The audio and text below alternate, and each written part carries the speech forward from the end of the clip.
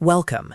Today we are not exploring how to write code, but rather the fundamental limits of computation itself. We will rigorously prove why comparison-based sorting algorithms have a theoretical speed limit of omega of n log n, using the powerful frameworks of decision trees and information theory. Sorting is the engine of the digital world, running inside every database and operating system. But beneath this utility lies a profound mathematical question. What is the absolute minimum number of operations required to bring order to chaos? To answer this, we must define exactly how our algorithms are allowed to interact with data. This is our destination. We are going to prove that any algorithm relying solely on binary comparisons cannot, in the worst case, perform better than omega of n log n. This is not a hardware limitation. It is a mathematical certainty. To prove a universal law, we must strictly define our model.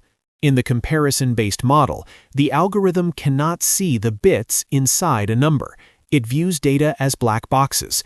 It can only ask one question: is A less than or equal to B? This single bit of information is the only window we have into the data structure. We must distinguish between moving data and making decisions. The lower bound theorem is a statement about control flow.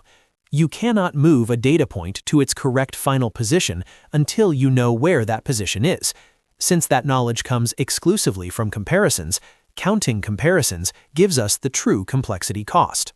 Imagine freezing time and mapping every possible path your code could take.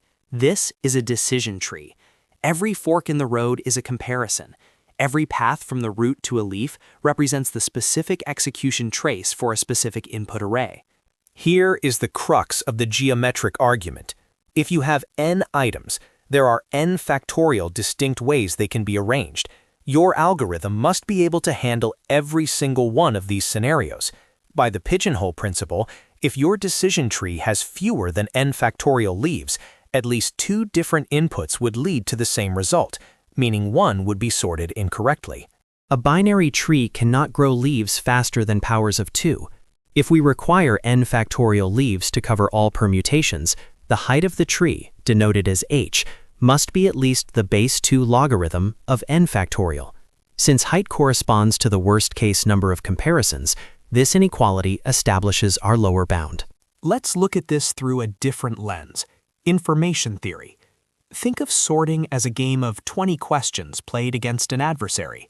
The sorted order is the secret message, and the entropy is the fog obscuring it.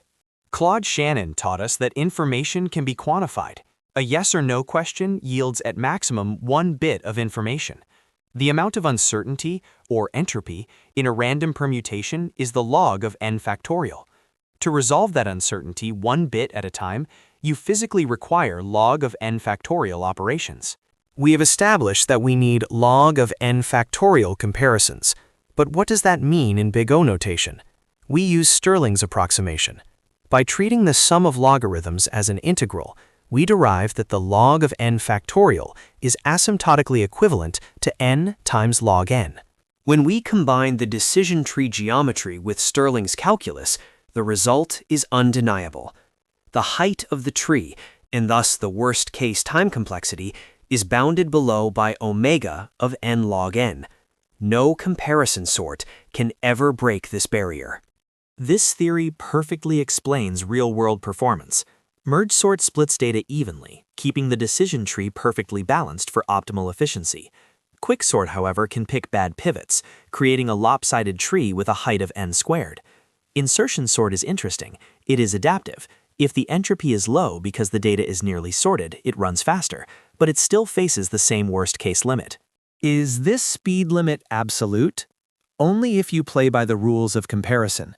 If we break the model and look inside the keys using algorithms like Radix Sort or counting sort, we can bypass the decision tree entirely.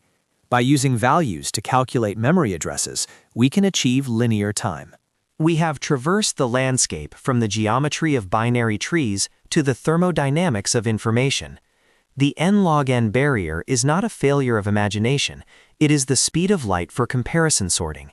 Understanding this bound is essential for every computer scientist.